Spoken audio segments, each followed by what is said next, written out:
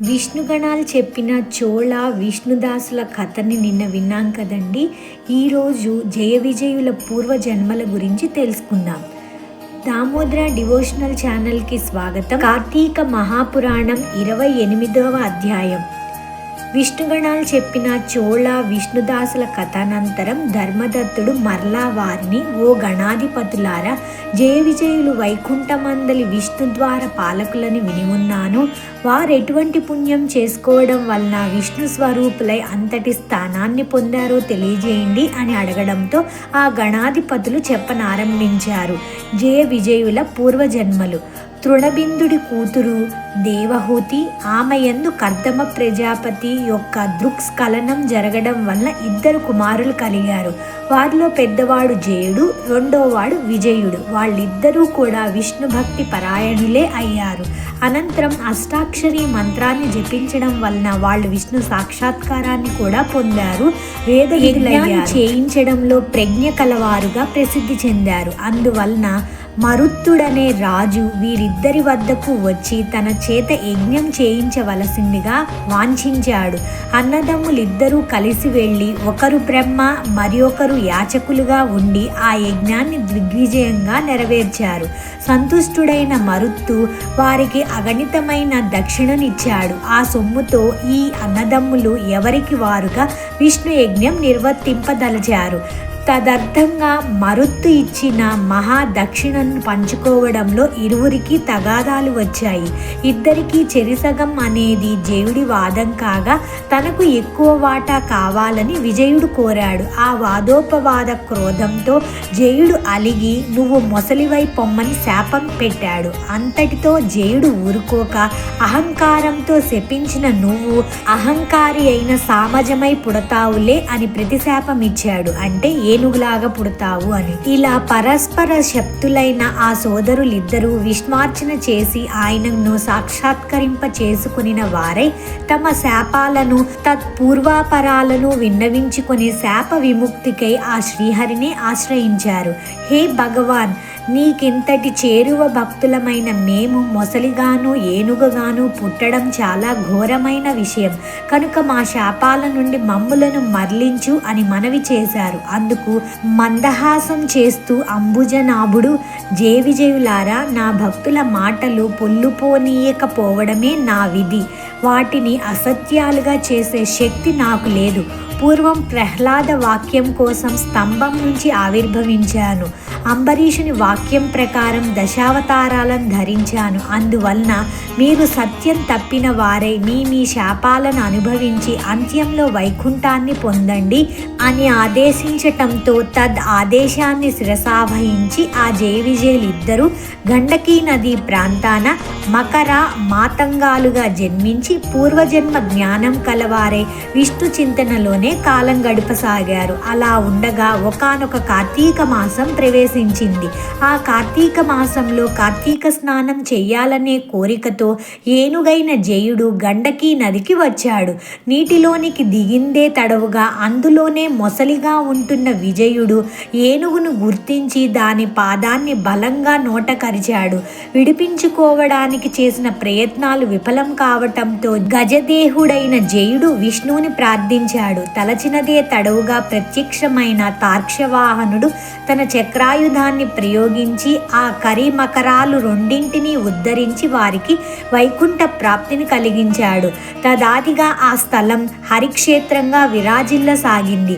విష్ణు ప్రయుక్త చక్రాయుధం ఒడిపిన వలన ఆ గండకీ నదిలోని శిలలు చక్ర చిహ్నాలతో కూడుకున్నై ఉన్నాయి. ఓ ధర్మదత్త, నీచే అడుగబడిన వారైన విష్ణు ద్వారపాలకులకు జయ విజయులు వీరిద్దరే. అందువలన నీవు కూడా దంభ మాత్సర్యాలను దిగనాడి సమదర్శునిడివై సుదర్శన నాయుధుడి చరణ సేవలను ఆరాధించు. తుల మకర మేష సంక్రమణాలతో ప్రాతస్నానాలు ఆచరించు. తులసీవన సంరక్షణ మందు నిష్టగలవాడివై ప్రవర్తించు. గో బ్రాహ్మణులను విష్ణు భక్తులను సర్వదా సేవించు. కొర్రధాన్యము, పులికడుపు నీరు, వంగ మొదలైన వాటిని విసర్జించు. జన్మ ప్రవృత్తిగా నీవు అనుష్ఠిస్తున్న ఈ కార్తీక వ్రతం కంటే దాన తపో యజ్ఞ తీర్థాలు ఏవీ కూడా గొప్పవి కావని గుర్తుంచుకో. ఓ విప్రుడా, దైవ ప్రీతికరమైన విష్ణు వ్రతాచరణం వలన నీవు నీ పుణ్యంలో సగభాగం అందుకోవడం వలన ఈ కలహా కూడా ధన్యులయ్యారు. ప్రస్తుతం మేము ఆమెను వైకుంఠానికి తీసుకుని వెడుతున్నాము అని విష్ణుగణాలు ధర్మదత్తునితో హితవాడి అతనిని పునః నియమ వ్రత నిష్ఠుణ్ణి చేసి కలహా సమేతంగా విమాన వైకుంఠానికి బయలుదేరారు. నారదుడు చెప్తున్నాడు, పృథురాజ, అతి పురాతనమైన ఈ పుణ్య ఇతిహాసాన్ని ఏ మానవుడైతే వింటున్నాడో, ఇతరులకు వినిపిస్తున్నాడో వాడు శ్రీ మహావిష్ణువు యొక్క సంపూర్ణ అనుగ్రహానికి పాత్రుడై విష్ణు సాన్నిధ్యాన్ని పొందదగిన జ్ఞానాన్ని పొందుతున్నాడు. విన్నారు కదండి జయ విజయుల పూర్వ వృత్తాంతాన్ని. మీకు గుర్తుందా అండి ధర్మదత్తోపాఖ్యానము? ధర్మదత్తుడు కలహకు పుణ్యఫలం దారపోయడం వలన ఆ పిశాచ రూపం నుంచి ఇలా ఇప్పుడు వైకుంఠానికి వెళ్తున్న దృశ్యం గుర్తు ఉందా? గుర్తు లేకపోతే ముందు అధ్యాయాలు 25వ అధ్యాయాన్ని ఒకసారి చూడండి, మీకు తెలుస్తుంది. ఇంకా చెప్తున్నాడు, నారదుడు చెప్పిందంతా విని ఆశ్చర్యమయుడైన పృథు చక్రవర్తి, హే దేవర్షి, ఇప్పుడు నువ్వు చెప్పిన హరిక్షేత్రం గండకీ నదులు లాగానే గతంలో కృష్ణ సరస్వతి ఇత్యాది నదుల గురించి విన్నాను. ఆ మహా మహిమలన్నీ ఆ నదులకు చెందినవేనా లేక ఈ క్షేత్రానికి చెందినవా? విశదపరచవే అని కోరగా మరలా నారదుడు చెప్పసాగాడు. శ్రద్ధగా విను. కృష్ణానది సాక్షాత్తు విష్ణు స్వరూపం, సరస్వతీ నది శుద్ధ శివస్వరూపం. వాటి సంగమ మాహత్యం వర్ణించడం బ్రహ్మకు కూడా అసాధ్యమే అవుతుంది. కృష్ణ సరస్వతీ నదుల ప్రాదుర్భావము. ఒకానొక చాక్షుష మన్వంతరంలో బ్రహ్మదేవుడు సహ్య పర్వత శిఖరాలపై సవనం చేసేందుకు సమాయత్తుడయ్యాడు. హరిహరులతో సహా సర్వదేవతలు మునులు కూడా కలిసి ఒకానొక దైవత ముహూర్తంలో బ్రహ్మకు యజ్ఞదీక్ష నీయడానికి నిర్ణయించి కర్త యొక్క కళత్రయమైన సరస్వతికి విష్ణుమూర్తి ద్వారా కబురు పంపారు. అయినా సరస్వతి సమయానికి అక్కడకు చేరుకోలేదు.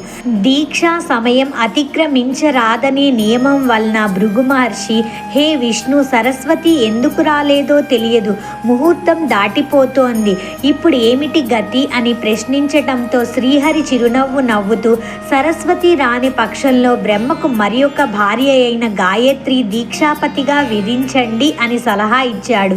ఆ సలహాను శివుడు కూడా సమర్థించడంతో భృగువు గాయత్రిని రప్పించి బ్రహ్మ యొక్క దక్షిణ భాగంలో ముందుగా ఆమెను ప్రవేశపెట్టి దీక్షా విధిని ఏర్పరిచాడు. ఆ విధంగా ఋషులందరూ కలిసి హరిహరుల సమక్షంలో బ్రహ్మకు దీక్షనీయడం పూర్తి చేయగానే అక్కడకు సరస్వతి చేరుతుంది.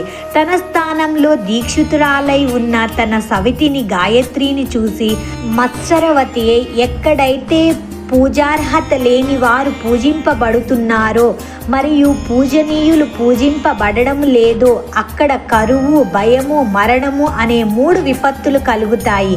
ఈ బ్రహ్మకు దక్షిణ భాగాన నా స్థానంలో ఉపవిష్టురాలైన వివిధ ప్రజలకు కనిపించినటువంటి రహస్య నదీ రూపమును పొందుగాక. ఓ బ్రహ్మ, విష్ణు, మహేశ్వరులారా, మీరందరూ ఈ యజ్ఞ వాటికలో ఉండి కూడా నా సింహాసనాన్ని నాకన్నా చిన్నదానిని ఆసీనురాలిని చేశారు కనుక మీరు కూడా జడీభూత నదీ రూపాలను పొందండి అని శపించింది. ఆ సరస్వతి క్రుద్ధ వచనాలను వింటూనే చివ్వున లేచిన గాయత్రి దేవతలు వారింతుతున్నా సరే వినకుండా, ఈ బ్రహ్మకు నీకు ఏ విధంగా భర్తయో అదే విధంగా నాకు కూడా భర్తేనని విస్మరించి అకారణంగా శపించావు కనుక నువ్వు కూడా నదీ రూపాన్ని పొందు అని ప్రతిశాపం ఇచ్చింది. ఈ లోపల హరిహరుల వాణిని సమీపించి, మేము నదులమైనట్లయితే లోకాలన్నీ అతలాకుతలమైపోతాయి కనుక అవివేక భూయిష్టమైన నీ శాపాన్ని మరలించుకోమన్నారు. కానీ ఆమె వినలేదు. యజ్ఞాదిలో మీరు విఘ్నేశ్వర పూజ చేయకపోవడం వలననే నా కోపం రూపంగా యాగం విఘ్నపడి ఆగమయ్యింది. పలుకుల పడతినైనా నా మాట తప్పదు. మీరందరూ నదీ రూపాలను ధరించి మీ అంశలు జడత్వాన్ని వహించవలసినదే.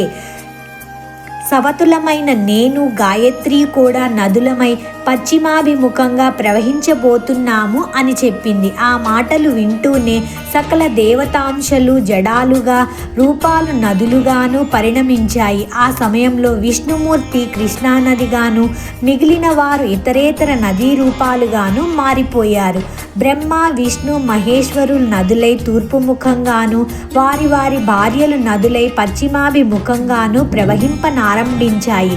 గాయత్రి, సరస్వతి నదీ రూపాలు సావిత్రి అనే పుణ్యక్షేత్రంలో సంగమాన్ని పొందుతాయి. ఈ యజ్ఞంలో ప్రతిష్ఠితులైన శివ కేశవులు, మహాబలుడు, అతిబలుడు అనే దేవతా స్వరూపులయ్యారు. సర్వ పాప హరిణి అయిన ఈ కృష్ణానది ప్రక్షణోత్పత్తిని భక్తితో చదివినా, వినినా, వినిపించిన వారి వంశమంతా కూడా నదీ దర్శన స్నాన పుణ్య ఫలవంతమై తరించిపోతుంది. విన్నారు కదండి, మంచి విషయాలను ఈరోజు మనం తెలుసుకున్నాము. తిరిగి 29వ అధ్యాయంలో రేపు కలుద్దాము. ఇప్పుడు కార్తీక మాసం చివరికి వచ్చేసింది కాబట్టి కుదిరితే పార్వతీ కళ్యాణాన్ని తప్పకుండా పోస్ట్ చేయడం జరుగుతుంది. కుదిరిన వాళ్ళు వినండి. సర్వం శ్రీకృష్ణార్పణమస్తు.